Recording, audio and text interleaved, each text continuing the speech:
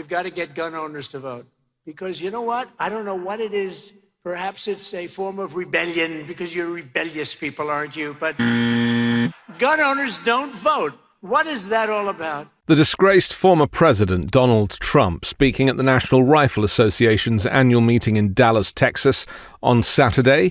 He kept the crowd waiting for more than 2 hours. He was so late when he eventually arrived. He spoke for nearly an hour and a half, spewing hate speech and just the weirdest rhetoric, making absolutely no sense. There was only one point that really the media picked up on, and that was when he appeared to freeze for more than 30 seconds and then carried on. Let's focus on the weirdness, the hate speech, and the lies that he says about not just Democrats and Joe Biden, but about the country generally, claiming that the country is in a terrible state and that only he can fix it. A very classic line of attack for dictators and despots, claiming that there's a problem that needs fixing when there isn't. Let's take a look. But under crooked Joe Biden, everything you stand for is under threat like never before. Our Second Amendment, which is largely why you're here.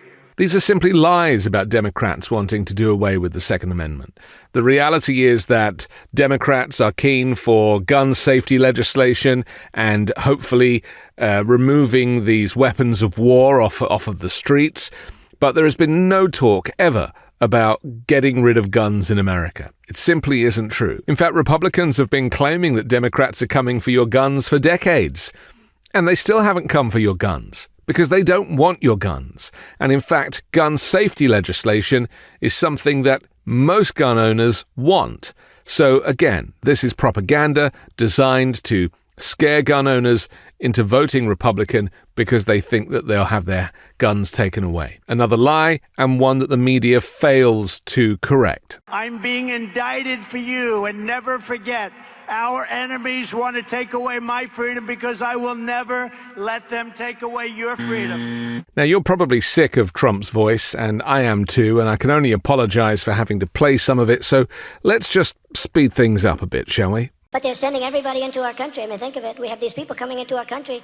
We don't want them in our country. They're from prison. They're gang members. They're drug dealers. They're rapists. We have people coming into our country. No country can sustain what's happening to us. And they don't check them. They have no idea who they are. It's not just South America. It's all over the world. Again, more lies about immigration, claiming that these people are drug dealers and rapists. He has no data for this whatsoever. It is simply a hate speech and negative rhetoric towards immigrants. We're the party of common sense as we speak. The Biden administration is trying to crush independent firearms dealers by revoking their licenses if they make a single error, even in very unimportant paperwork. Lying to an assembled crowd who are obviously gun owners and very big into their weapons, and trying to emotionally blackmail people. Well, I know that better than anybody. They want to take away my rights better than anybody.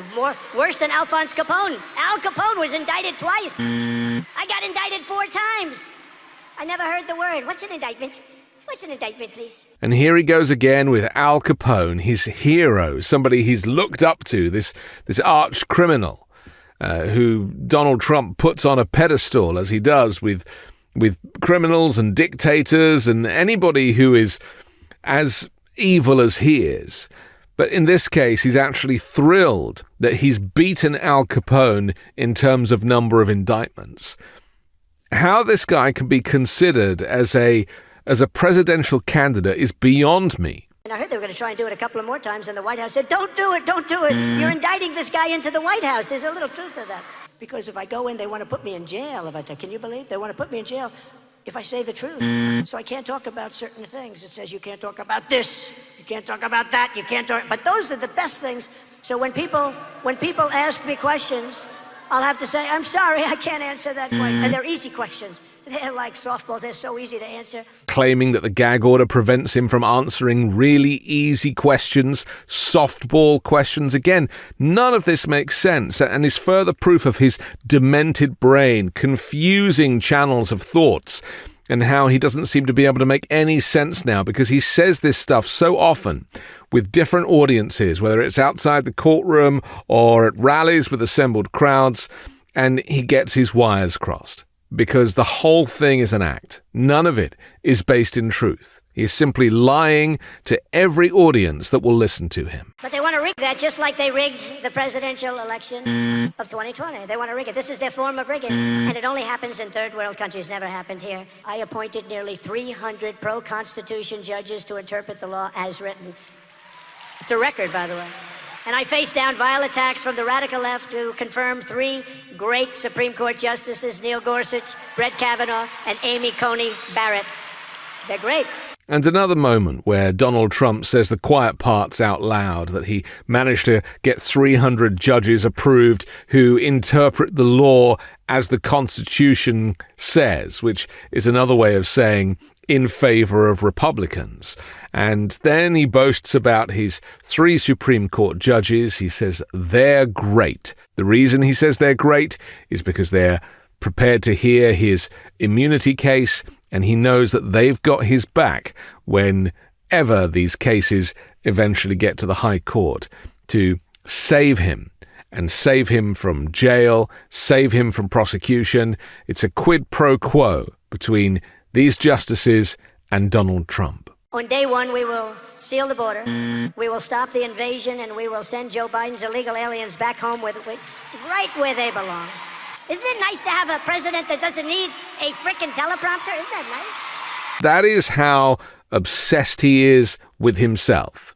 The fact that everybody can see that he's reading half the speech, and he still projects that he doesn't need the teleprompter. It is so weird.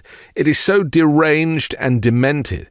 And yet it's something that people are overlooking, when in fact these small details are the things that really expose who this man really is. Somebody who is filled with ego and just has this view that if he says it, it must be true.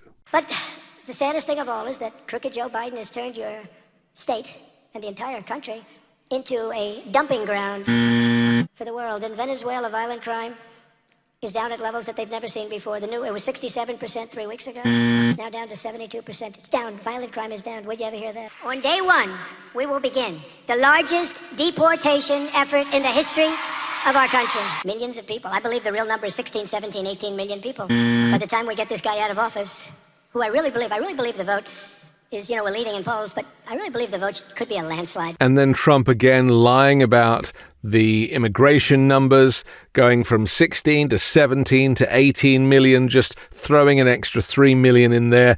Again, he just makes this stuff up. There is no data to back anything up. He hears things on Fox, he vaguely remembers them, he gets his people to kind of write them into speeches, or he ad-libs them, but none of this is factual. And to turn American citizens against immigrants when most American citizens have immigration in their own personal history. As we secure our border, we will also confront the deadly plague of radical Democrat crime that is devouring our country.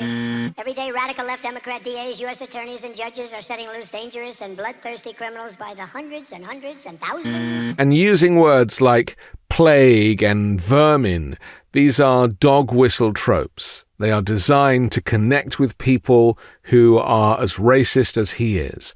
He knows exactly what he's doing. And unfortunately, the types of people that go to these NRA meetings, they do have a view of the world that is pretty much aligned with this rhetoric that Donald Trump is presenting here. I'm going to indemnify all police officers and law enforcement officials throughout the United States to protect them from being destroyed by the radical left lunatics. And this is, of course, a reference to George Floyd, who was executed on the street by Derek Chauvin with a knee to the neck. He wants to indemnify all police officers. And that, unfortunately, would mean that once again, the police would have the ability to take anybody off the street, either into custody or even to kill them on the roadside, and not to be held to account for it. All of the persecution you're witnessing is only happening because I am running for president and leading in the polls. That's not true on several counts. He's being criminalized because he is a criminal. He has broken the law, and not just a petty law. This guy has tried to overturn the US election, has stolen national secrets, has paid hush money to an adult entertainment star in order to improve and increase his chances of winning the election back in 2016. And that's just a small collection of the litany of crimes that Donald Trump is being held to account for. And he's actually using his criminal mastermind to delay these trials until after the election.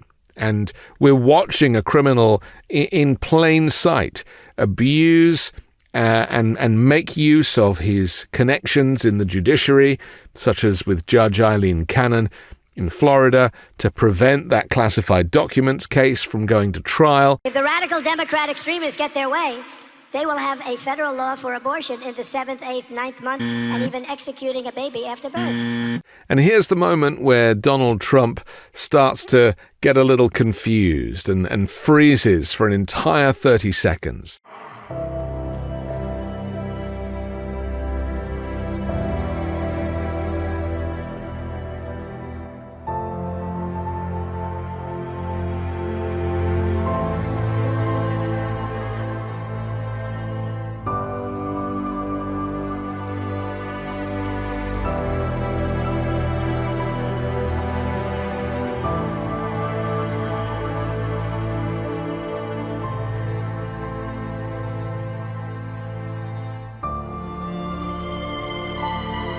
But now, we are a nation in decline. Where he hears the music that suggests it's time to now move into the final sequence of this hate-filled speech and to talk about America being a nation in decline. And they use the music underneath to try and make it sound more emotional and to try and connect with the audience.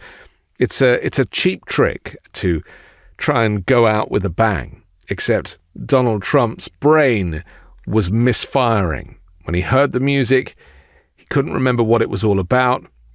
He waited 30 seconds, then he remembered that he had to go into this final sequence and starts talking about America being a nation in decline with this music, this underscore to try and dramatize the moment. Except America is not a nation in decline.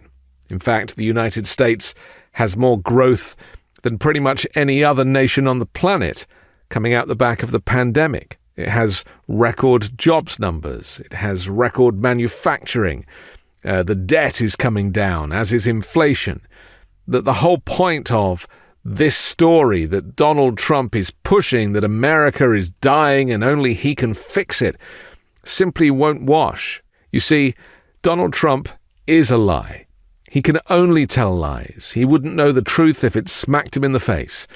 He is desperate. He is on the ropes. He is facing prosecution, and the only thing he knows how to do is to put on a show like a autocratic P.T. Barnum. Except this time, nobody's buying it.